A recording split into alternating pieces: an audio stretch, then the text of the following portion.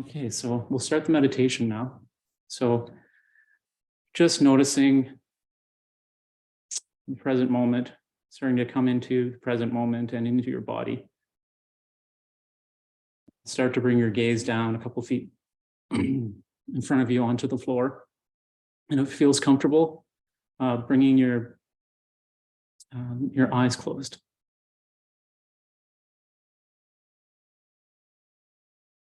Start to really come into your body. Starting to notice your feet, the sensations of your feet against your cushion, or if you're sitting in a chair, against the floor. Start noticing your legs against the cushion or the chair being held up without you doing anything.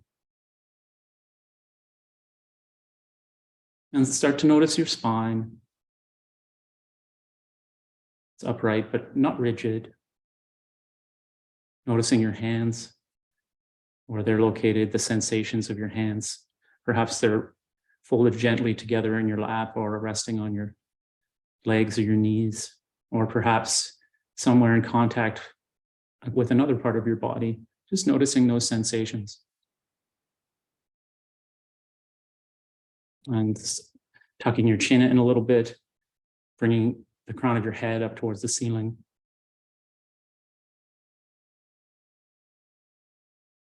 And noticing your tongue resting gently in your mouth with the tip of your tongue pressing gently against the backs of your upper teeth.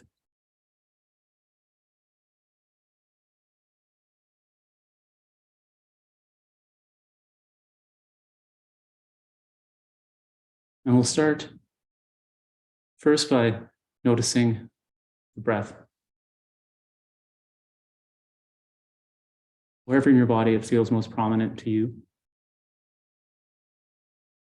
Perhaps at your nose, noticing the sensations of the breath moving in and out of the nostrils and across the skin above the upper lip. Noticing, perhaps it's more noticeable for you in the chest or the abdomen, rising on the inhale and falling back on the exhale.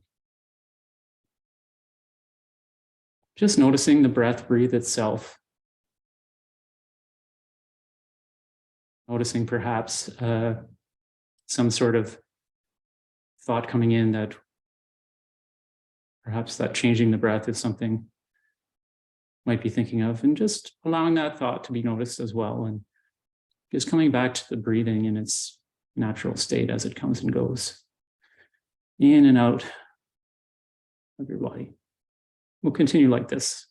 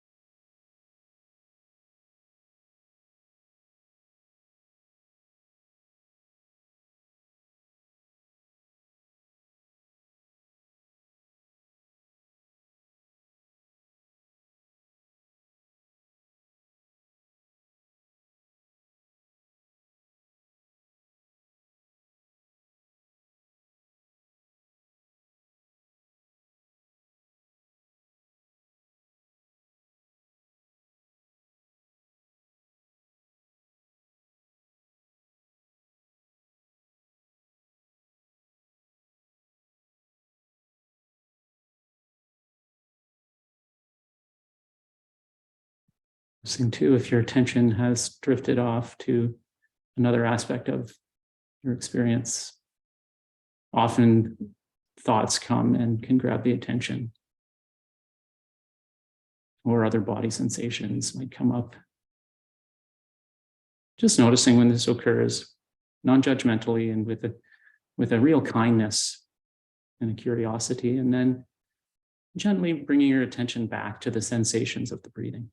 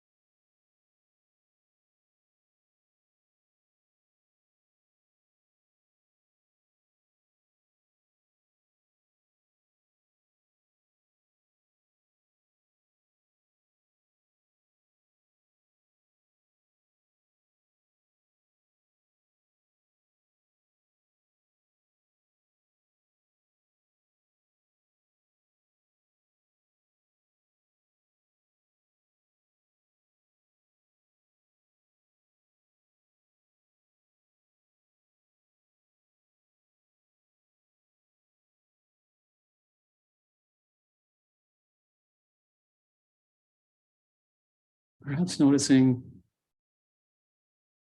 that the breath comes into our experience simply coming in out of this vast empty space all around us and the empty space within us. Seamless continuum of space. Just continue to notice that and to notice the sensations of the breathing.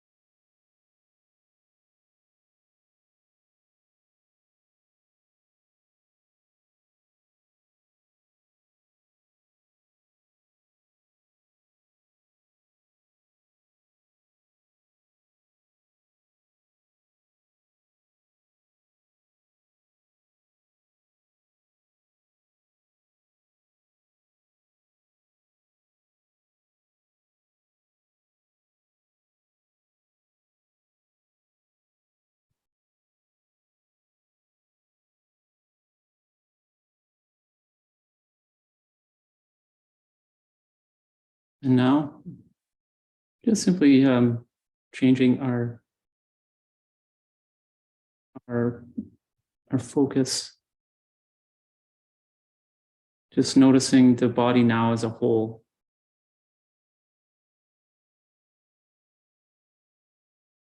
Getting really curious about the sensations in your body.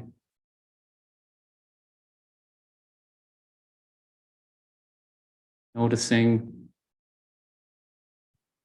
the sensations as they come into your attention. Noticing them with curiosity, without any judgments, being really open about just what these sensations are, without any storyline attached. If storyline comes, thoughts, simply noticing that too, that this all belongs, this is totally normal. Whatever comes up in your experience, simply noticing with an open spirit, and then gently redirecting your attention back into the body and the body sensations.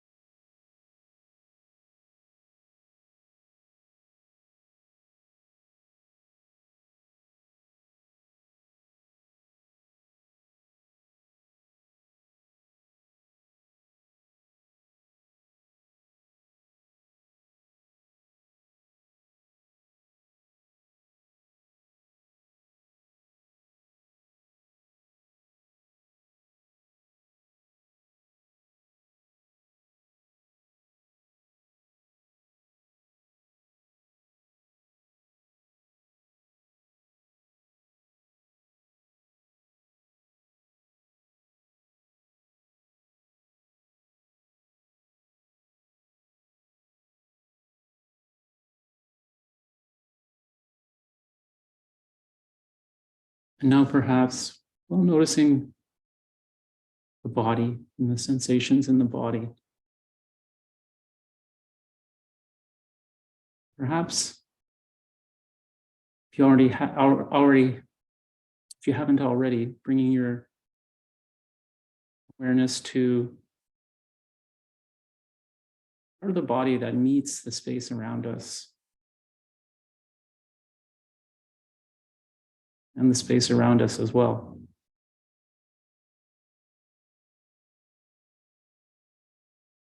Getting curious about this transition from open space to our material bodies. Allowing any thoughts that come up to pass, any story to be acknowledged, and then just coming back into the body. And if noticing the sensations and noticing this holding as well of the body by the open space and the open space,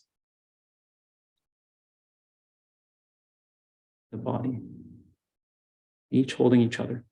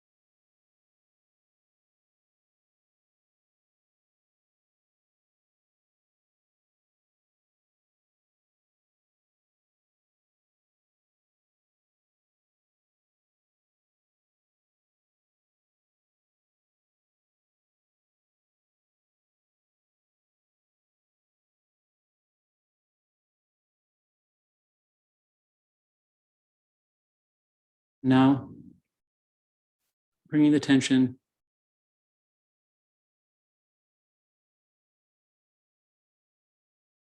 away from the body sensations and sensing into this vast open awareness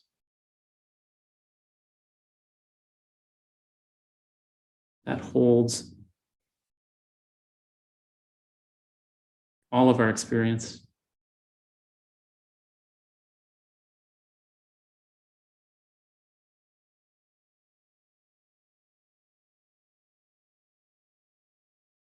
That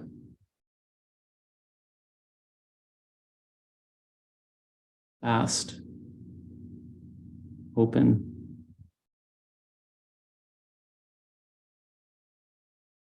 judgmental awareness that holds all of our experience, every aspect.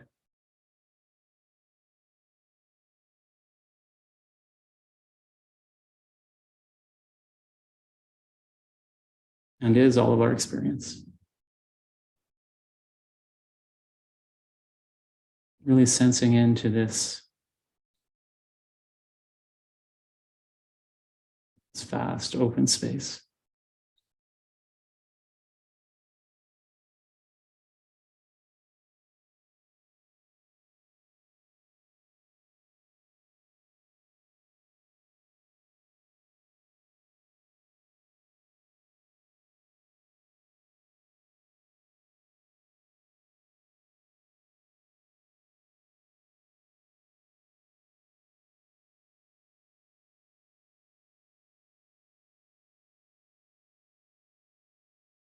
Noticing perhaps that each aspect of our experience, body sensations, sounds,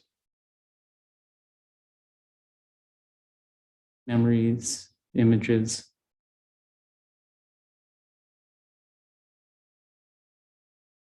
all of it simply arising out of this vast open space.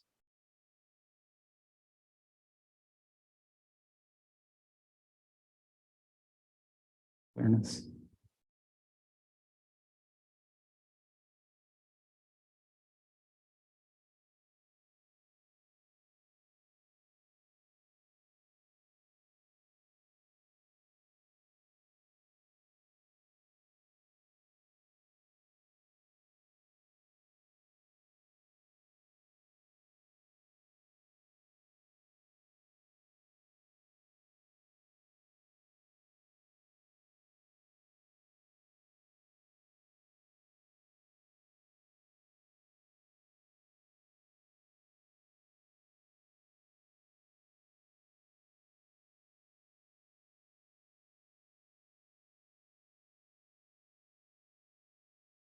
Noticing. Another way of thinking of it, or another way of putting it, is noticing the noticing itself. And we'll just continue like this the remainder of our meditation.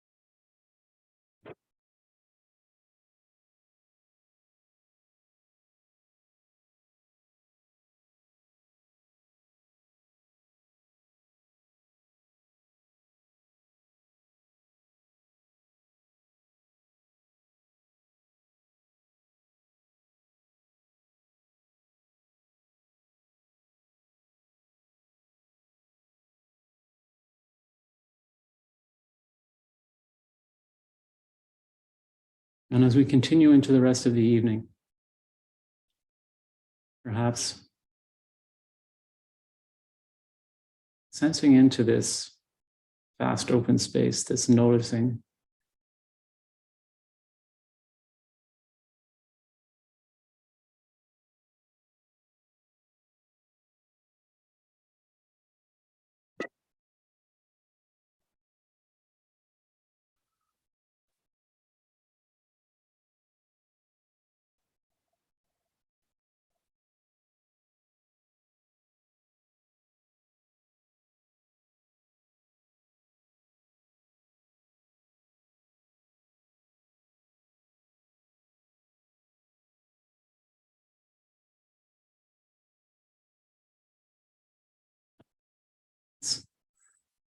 Um, hello, everybody. Thanks for doing that meditation with me.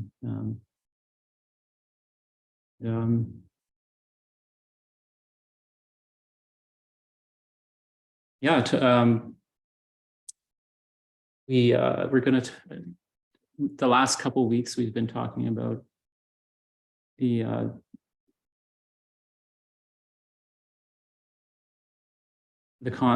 concept of the self and the separate self, and also concepts, the qualities of bodhicitta, the enlightened heart mind, and how evoking or inclining ourselves towards those qualities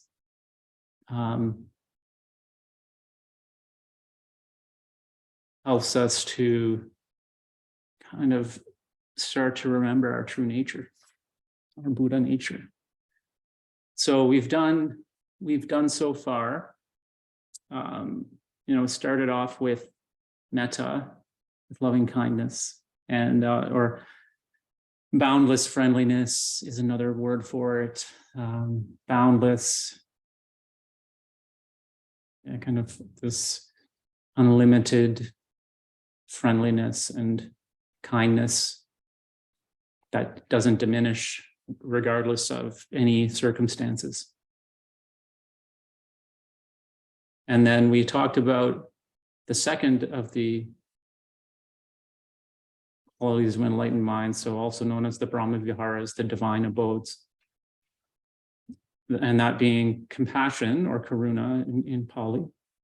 And compassion,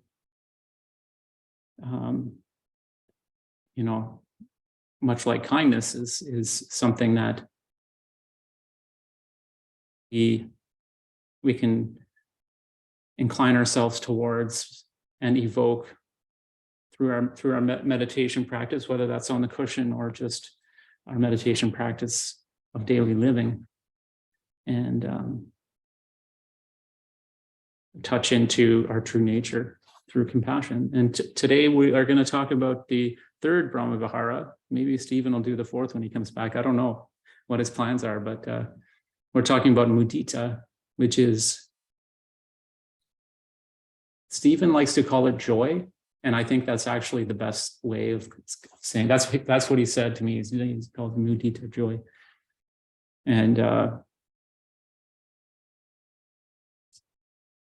And I'll get into that, but it's also, a lot of people talk about it as being sympathetic joy or joy with others.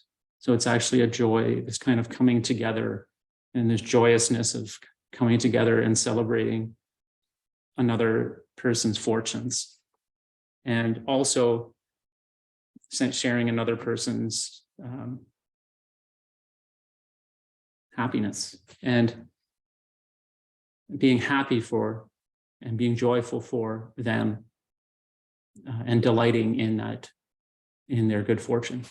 And it also, the other side too, is when we have something that, is like a wholesome source of kind of happiness that comes into our lives, and or if we come into some sort of abundance, part of mudita is of this sort of joy is this bodhicitta joy is giving it out freely to those around you.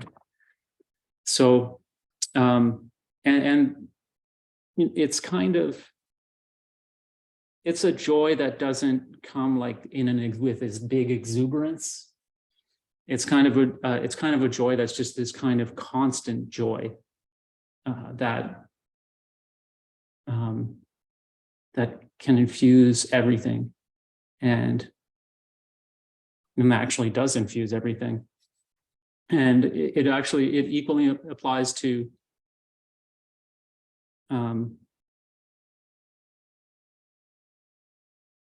this concept of sharing. It's not only sharing and caring during these times of abundance and times of happiness, but also in times of suffering as well. There's this element of, there's a joy that we're able to help someone during a time of suffering. And I think that's a really important part too, is that it's like that sort of joy is the selfless quality, I think, that mudita really is.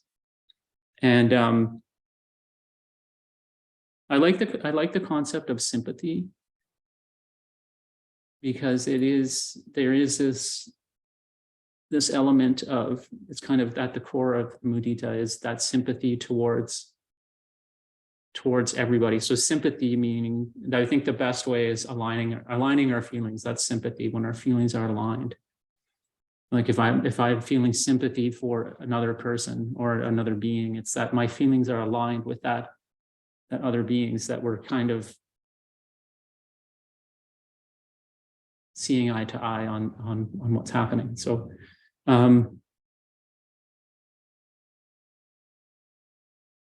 and mudita, because it's a quality of the enlightened mind, of the bodhicitta, it's a quality that can't be diminished. It's always there to be accessed. It's our true nature. There's no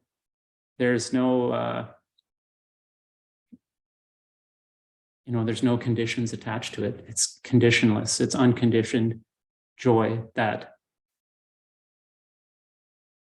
flows out in a selfless and caring manner. And I think it's actually, I was really excited to talk about mudita, because it's I haven't really heard, and there's not as much out there about mudita. So I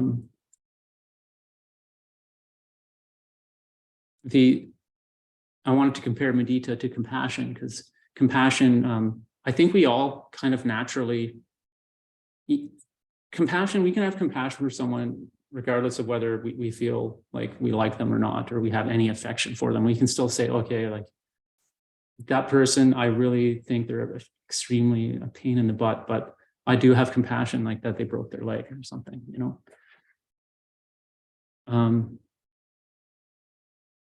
Whereas mudita, this bodhicitta joy, the sympathetic, altruistic joy is another word for it. Joy with others. It actually takes it a step further than the compassion, because you actually, in order to have true bodhicitta joy, there's this element of like, and it comes back to the metta, there's this element of kind of boundless friendliness and affection for that person. And I know that can sound like, well, how do I have affection for someone that's like hurt me and or has done a lot of mean things to me? And that's a really good question to ask. How can we have affection for these people? We all have difficult people in our lives. Often our family members are the ones that are most difficult for us. And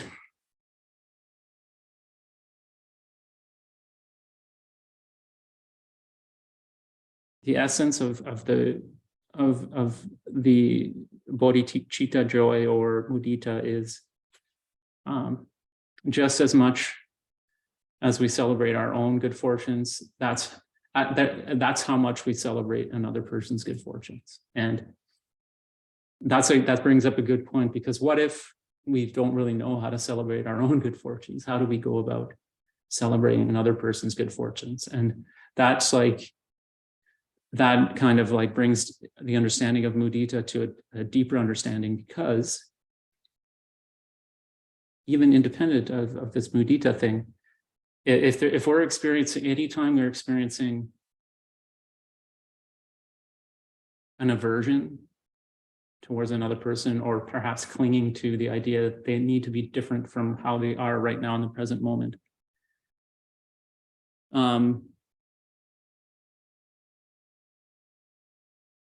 that's all part of kind of this living in this samsaric world, this world that's governed by causes and conditions that lead us to suffer. And our egoic minds quickly forget, it thinks that we're the only one that's going through these causes and conditions, and sometimes it forgets that well, it's not part of egoic thinking unless for some reason the egoic mind can get something out of showing mudita to the other person. But that's not true mudita. True mudita, true bodhicitta joy, true altruistic joy is selfless joy that comes from a place of really unconditional caring for someone who is going through the through this samsaric realm where we all suffer, and we're all equally victims of this process of causes and conditions, of dependent origination, where there's this endless list of causes and conditions that goes beyond us, but into the world around us, and also into our ancestors. And we don't really know why. We absolutely don't know why bad things happen. And when we can touch that on a deeper level, when we're with someone that we haven't been able to experience joy around them, bringing that to mind, that like this person is like a fellow wanderer in this realm of suffering. And that kind of shifts things a little bit if you can feel that on a deeper level and be like, they're suffering just as much as I am. And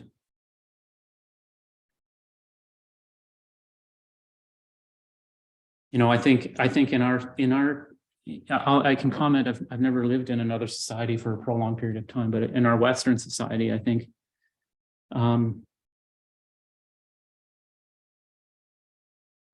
what passes most of the time for like modern love and relationships is not mudita. It's not all the time, but I think a lot of the time it's more of a love that's focused on and this is all unconscious, and this is nobody's fault, so I'm not blaming anyone here, not one single person, but it's this understanding that, or this feeling that I'm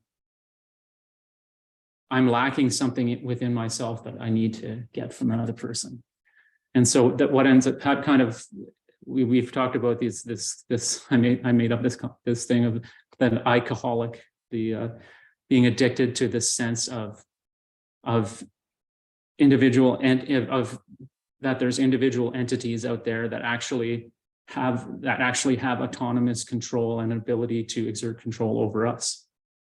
So when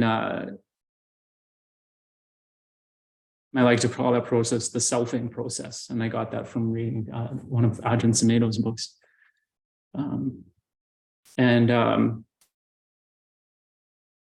that selfing process, if we apply that to, and we're talking about relationships, so we apply that to, say, to maybe our partner or one of our siblings or to our parents, then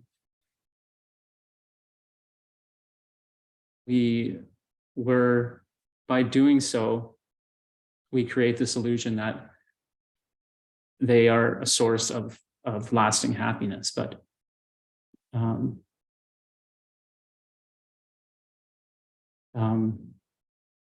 and really the source of lasting anything in the world, when you're existing in the samsaric realm of causes and conditions, at best can only give like a little bit of temporary happiness. And then if we don't see past the illusion of that, what ends up happening is we just move on to the next thing. And so, move on to the bigger house, or try to find a better job, or, try to find the right fit in a partner. And I'm not saying that I don't criticize if any of these things have happened to anyone here. It's completely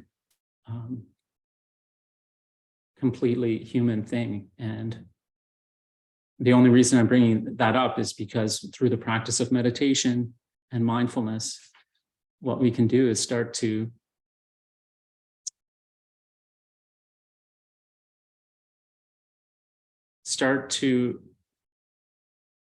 evoke, or a kind of move, or a kind of start to lean in towards the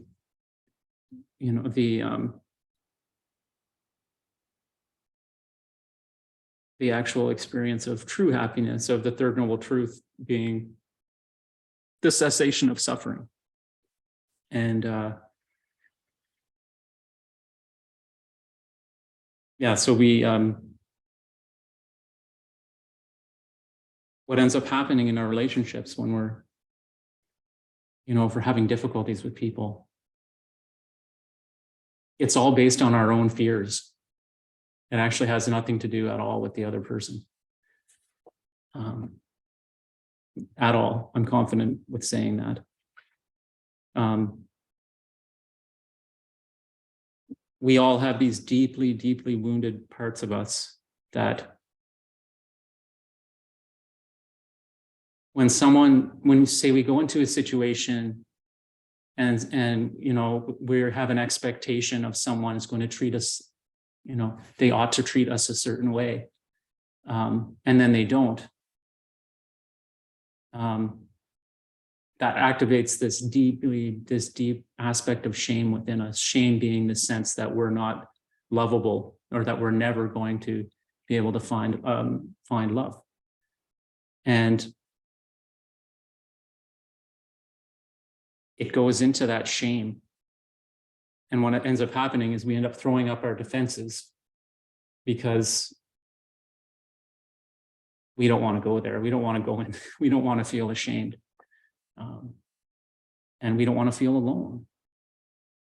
And we don't want to feel the vulnerability that comes with shame. It's really, really, it is extremely difficult. It can be an awful feeling. And so what our minds do is they kind of take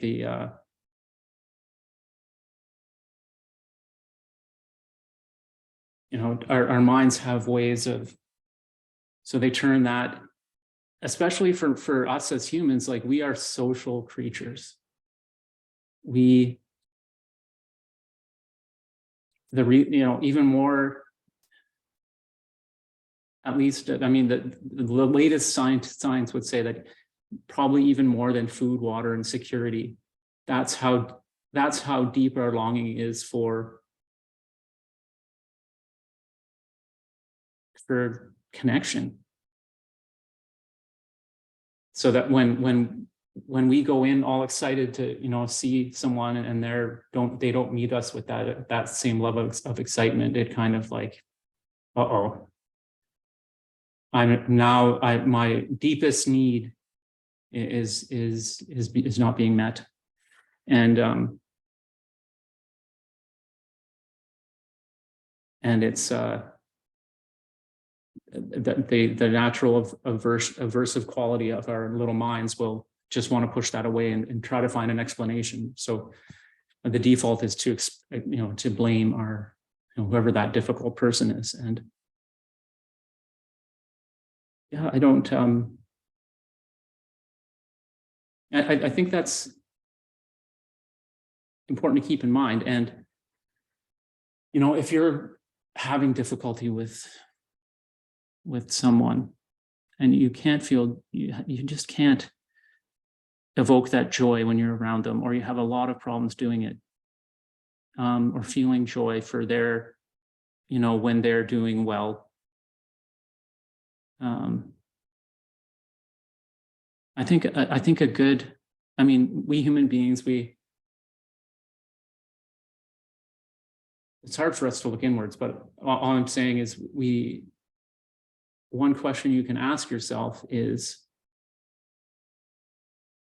how do I want to live my life? Would I like to live a life of kind of temporary fixes and proving that I'm right, or, kind of the endless compromises, feeling vindicated? And all those things I just said, that's what a lot of the kind of the approach of a lot of psychoanalytic and psychological approaches are, to kind of like, to compromise and to tell you, no, you're right, that person's wrong, and how to set boundaries. But a different way, which is an approach that goes deeper, it actually goes to the root cause. And that root cause is that we are all suffering and caught up in these causes and conditions. And our true nature is actually boundless mudita for everyone. And that's not something that's like I'm going to say like here's a recipe, or here's a protocol to be able to feel mudita for people, but it's that understanding that once you are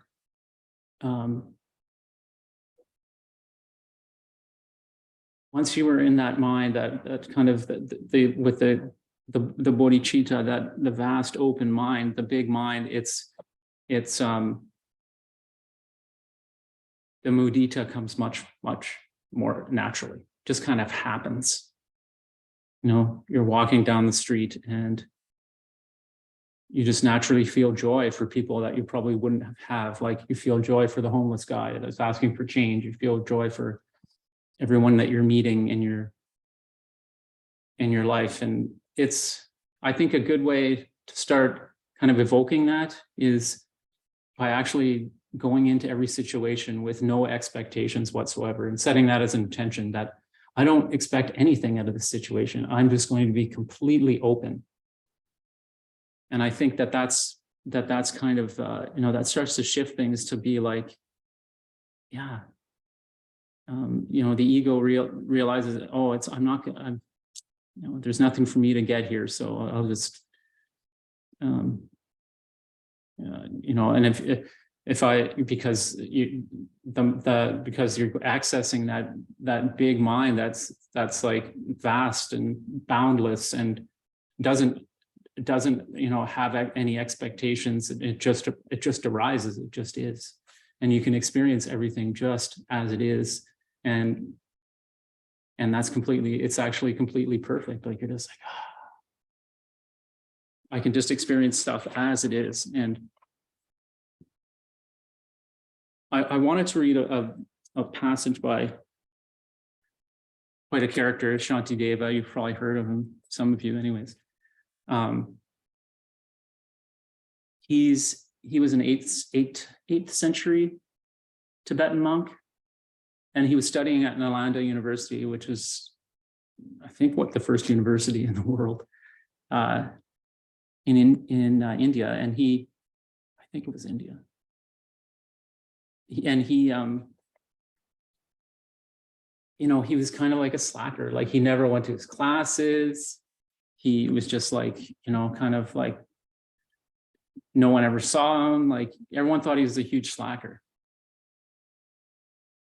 And so people started goading him on, and they're like, well, we want you to give an address to the whole university, everybody, all the monks, like all the students, all the head monks, everyone. You're going to get, now you have to give a thing because you've been slacking off so much, and we want to see. And he delivers this large essay called "The Way of the Bodhisattva," which we still use to this day in the Mahayana and the Vajrayana traditions for teaching. And I'll read a little excerpt from that. So it's, "May I be an alleviator of the sorrow of all beings and a divine medicine to those afflicted by disease. May I be the benefactor and bringer of peace to them until all of their bodily ailments and mental tribulations are at the end."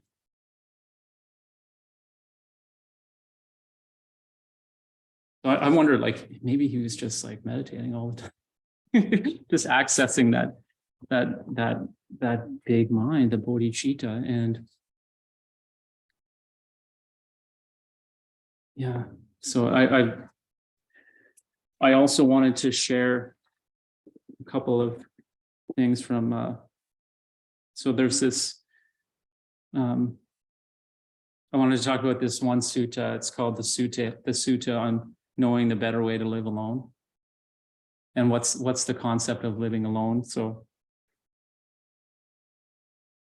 there was like, they think the reason Buddha wrote this sutta, because there was a monk the other monks were concerned about him because he was always in solitude, but he never wanted to interact with the other monks, and they were concerned about him. And Buddha basically came to him and said, living alone isn't actually about being alone. Living alone is living without attachments. It's living and experiencing the present moment just as it is, without any story attached. Then, despite, you could be in a crowded marketplace or a crowded shopping mall, you're still living alone in terms of not having attachments, not clinging to things, not having aversion towards things. You can respond instead of reacting to things, and that's that sense of having no attachments to things, like attaching a sense of self onto things. And we can't cling or crave anything that we don't attach a sense of self to. Because if something doesn't have a self, then it can't exert autonomous control. Without any self, it's just, everything is just vastly interconnected. So this is what he wrote. This is what he wrote to another monk, but this other monk asked him, and he said, some monk asked him, and he said, if a monk lives like this, oh no, that's not the one I want to read here. Do not pursue the past. Do not lose yourself in the future. The past no longer is. The future has not yet come. Looking deeply at life as it is, in the very here and now, the practitioner dwells in stability and freedom. We must be diligent today to wait until tomorrow is too late. Death comes unexpectedly. How can we bargain with it? The sage calls a person who dwells in mindfulness night and day the one who knows the better way to live alone.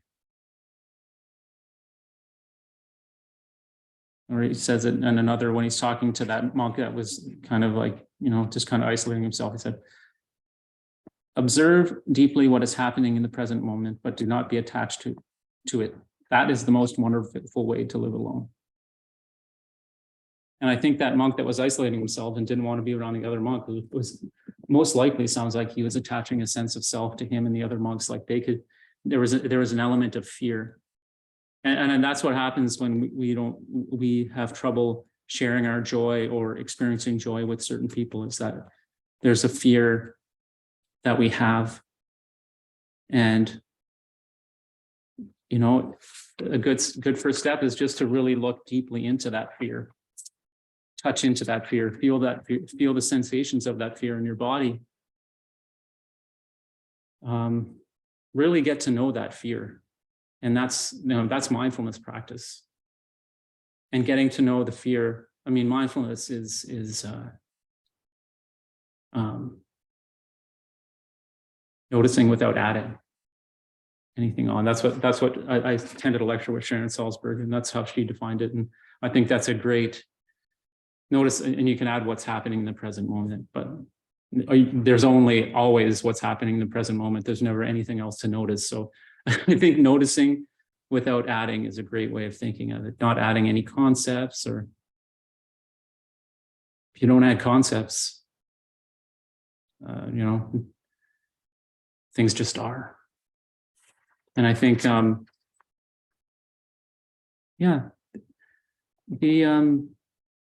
couple of just short, other than practicing that noticing without adding or attaching, which you can do informally with mindfulness, or even just sitting practice. Other ways to kind of incline your heart towards mudita.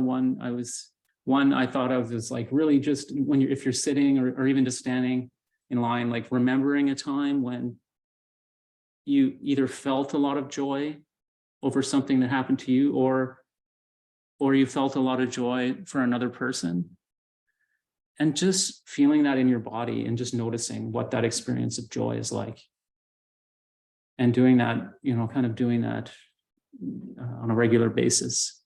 I think that's a good way to kind of incline your this aliveness that you are into the mudita, that boundless bodhicitta joy.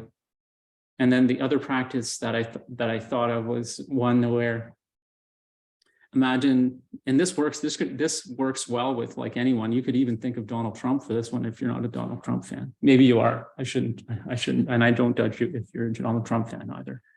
But it's someone that you really, really have a lot of aversion for. This works. So you just think of them as a little baby. And imagine yourself tickling them as a little baby. How much joy that would bring that little baby, and how much joy that would bring to you. And they're actually still that little baby. They're holding on to those hurts that they came into the world with, and then they already came into the world with all these hurts, and then they accumulate more. And that's just a natural process of life. We're born with a preference, right? We're born with preference. And an attachment to preference, and that preference is to survive. And and as we get older, we attach all these things on to like what it means. What do I need in order to survive? So it's completely that's completely part of the human experience.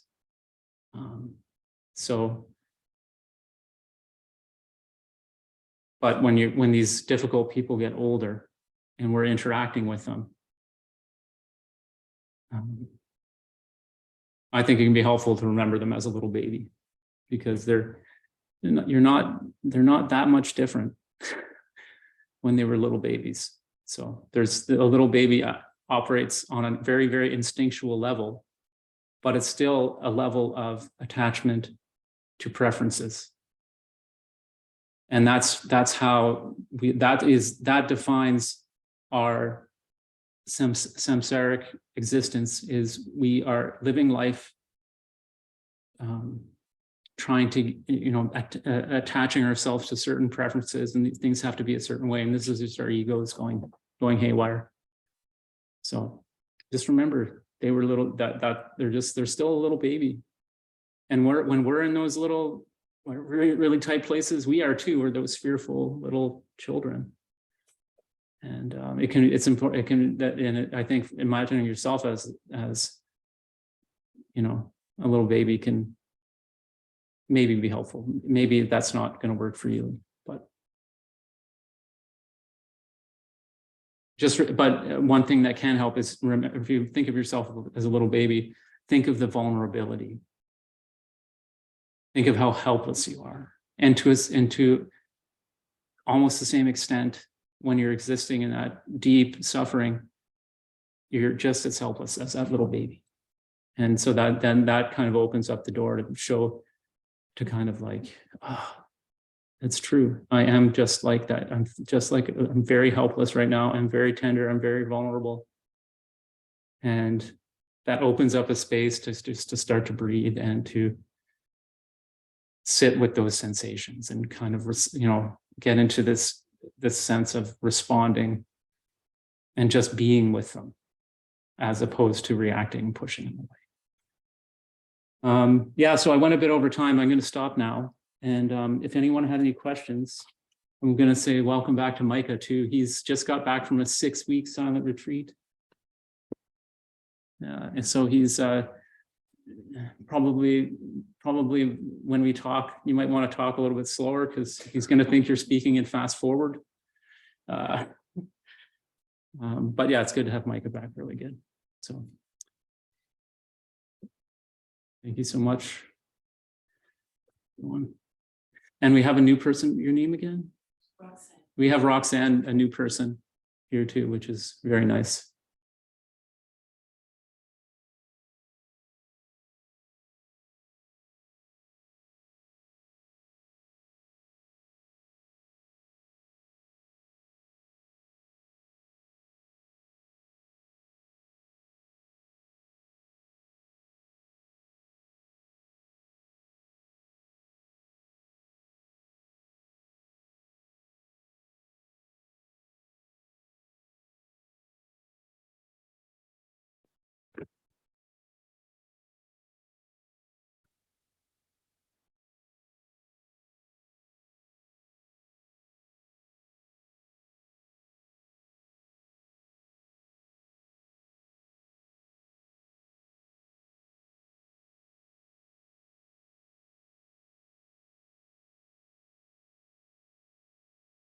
I think,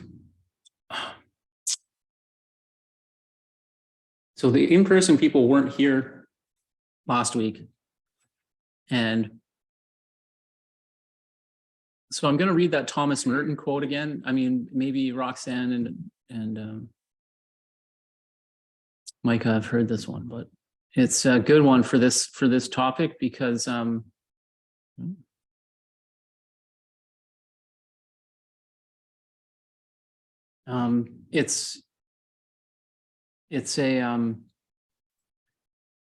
it's all about evoking that. Sorry, I had the window thing going, but now I'm going to have to.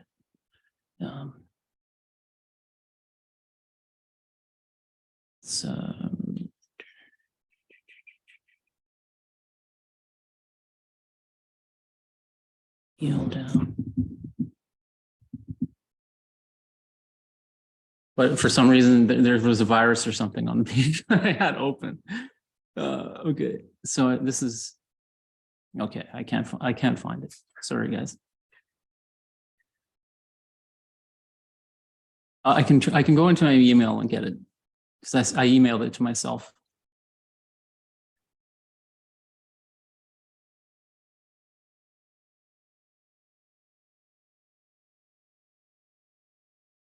There you go. Okay, I'm going to read it. So then it was as if I suddenly saw the secret beauty of their hearts. the depths of their hearts where neither sin nor desire nor self-knowledge can reach the core of their reality. The person that each one is in God's eyes. If only they could see themselves as they really are. If only we could see each other that way all the time. There would be no more war, no more hatred, no more cruelty, no more greed. I suppose the big problem would be that we would fall down and worship each other.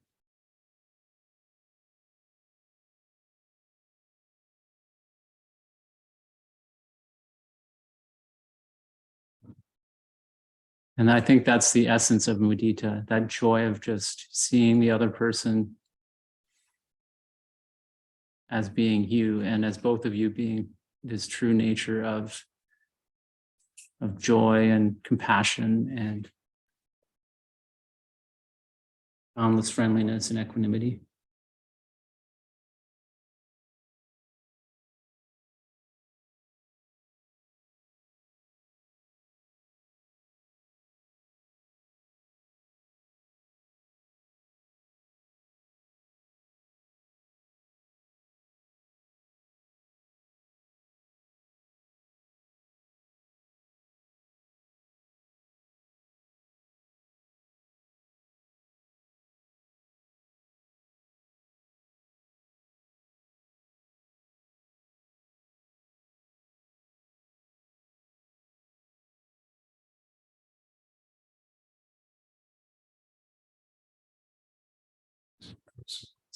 Micah, thank you. Actually, I'll put it on. I have it's this mic. If now it's on the direction, it should pick you up now. Can you hear him, Micah? Your folks hear me? So just move closer. And maybe move closer. But this will probably work, but the word that comes to mind surrounding mudita, gladness, is in the success and happiness of others. I mean, you could practice with it in a similar fashion that you do with a traditional metta practice. Start with your own, and then to a benefactor, to a neutral person, to a difficult person, and then to all beings. Really, you can evoke that,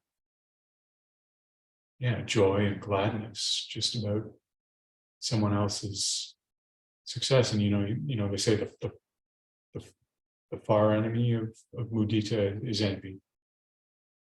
So you're not going there. That's the direct other side of it.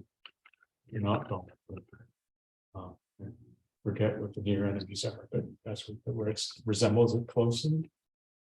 But it's not like it's that unattached gladness in someone's success.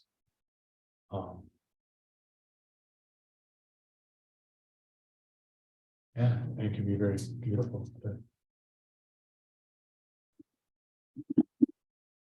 To sit with that and have that resonate with you.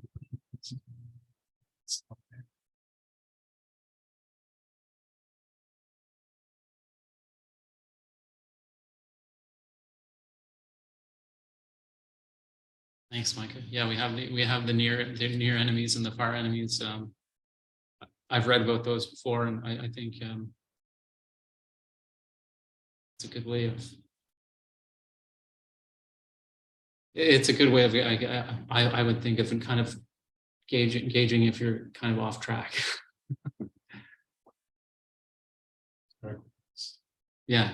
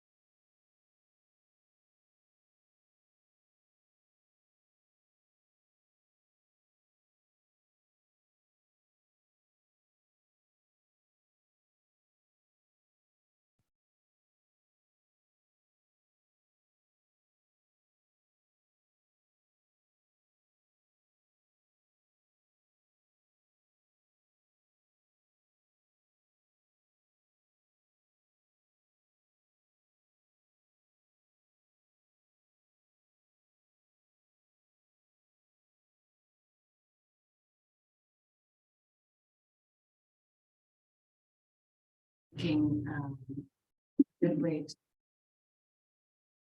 to explore or to try to third to this would be maybe also exploring fear if you do know that, like, becoming more aware of your joy for others is getting and exploring on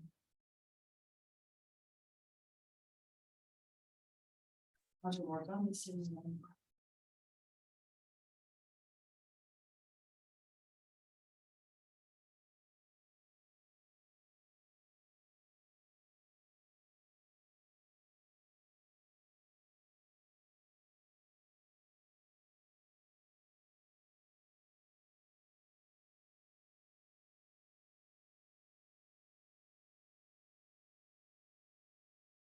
Yeah, if you don't have, like, if you're not having, if you're finding it difficult to feel joy, kind of exploring where that comes from. I think there's different, I think there's different kind of schools of thought within kind of different spiritual traditions and within Buddhism itself, is that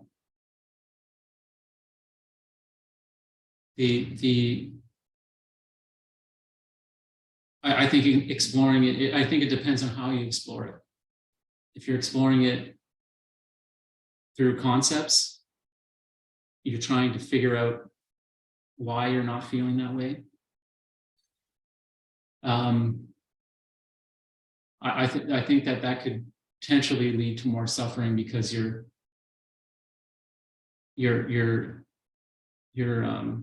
like, our thoughts are really never completely true. They're very, it's like a limited, it's like a little tiny speck of sand on, like, at the sandbanks, and we're just focusing on that one little tiny speck of sand. And it's so thoughts can be at best like partly true. So I think by kind of going into that's what's like with mindfulness, going into the body and going into the body sensations, and then you can expand the mindfulness out towards being mindful of the mind, which is kind of what we were doing in the meditation there. And that, and then going into that vast openness of the mind, then you're going into that, like, into the knowing that just knows. It takes everything into account.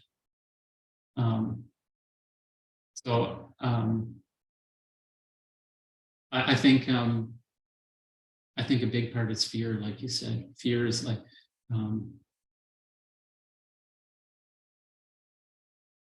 fear is like the root of all suffering. Is, we're afraid of what's happening in the present moment. And so yeah, noticing the fear, just letting it be, and even offering yourself some compassion if it's if it's very difficult. That can help because sometimes going into those fears, like, it's so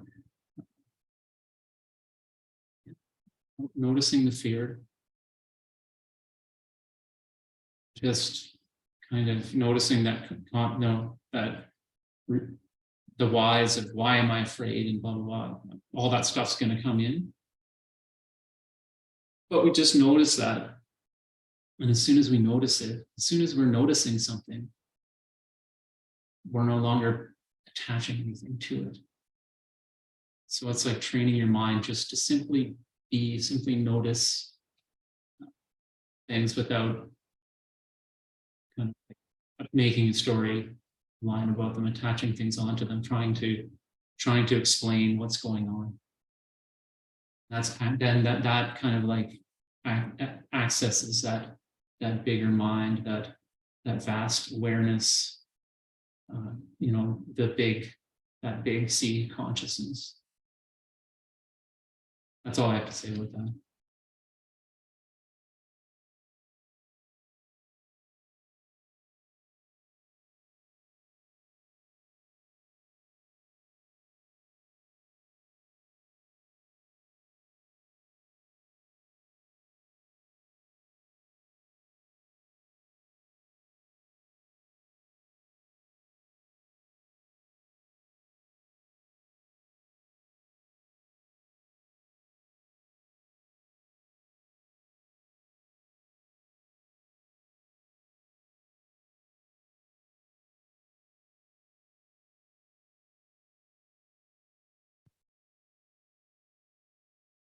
The like Buddhist psychology takes a kind of the opposite approach of Western psychology, where we want to try to make an explanation for something and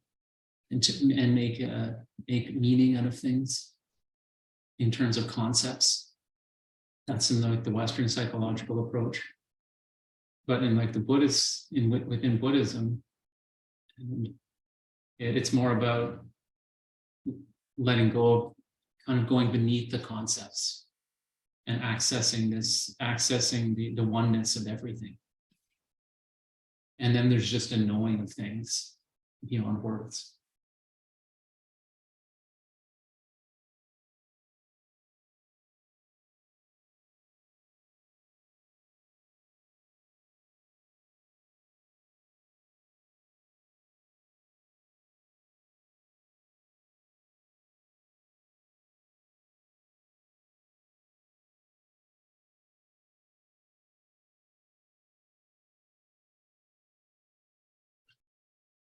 Jason,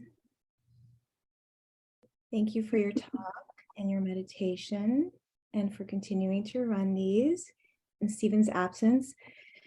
So I was thinking of, in my Polynesian culture, there's something called mana, which is kind of like life force energy, just kind of everything around us, just like you said. And you can, mana isn't something that you create, it's something that you tune into or harness.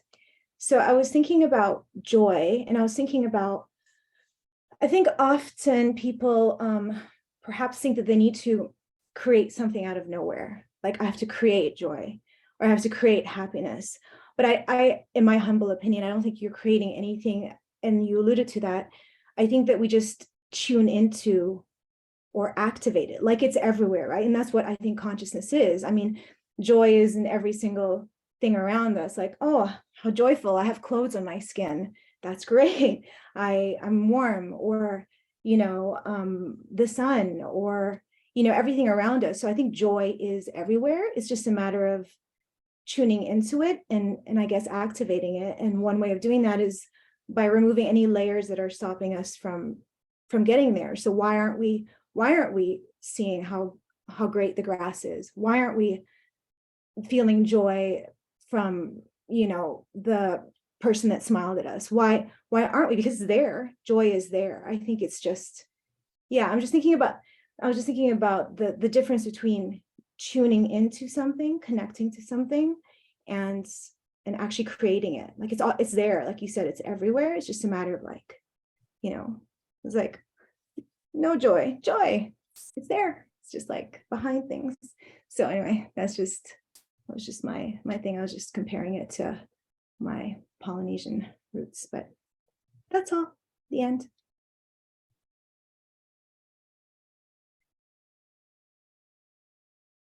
Yeah, it makes me think of, the difference between avidya, which is not knowing or ignorance, and vidya, which is or not seeing or ignorance, vidya, which is seeing.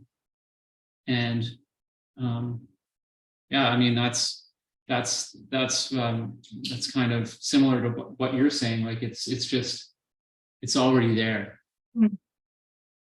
It's about either inclining, kind of like inclining or cultivating that seeing, that ability to see, or evoking the natural seeing and knowing of our true nature, and invoking that true nature that's already there. And it's not everything already is. It's, it just arises in our, our senses kind of, create an experience for us, but everything's already there. It's already there.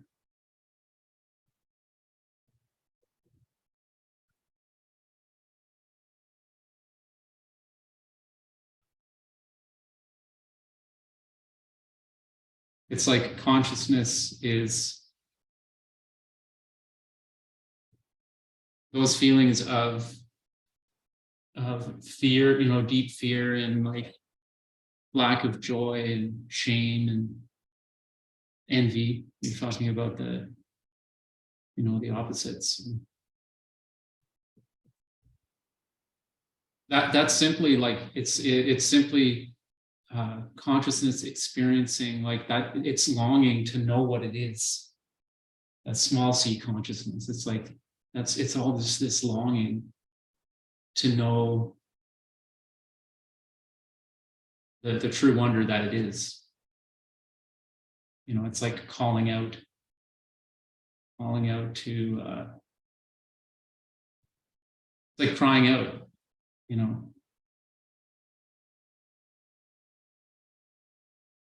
It's like a baby when it's born, it cries out because it's like, oh no, it was in that nice little womb. So it was at one with its mother before. Now you've cut the umbilical cord and it's crying. It's like, oh, I'm no longer at one with myself. I'm one with, it doesn't think these things, but it's like, it's like an instinctual experience. That's what I kind of liken it to, is that, we used to be in that perfect little womb with the umbilical cord. It's all cozy. And then cold, you're starting to get hungry because you don't have this constant food source. And, it's like your diaper gets wet, and then you get a little bit older and people start telling you need to do things a certain way, the way that you are right now is usually wrong. And so it just kind of snowballs, and then we through the practices we kind of can come back into seeing that we are actually everything.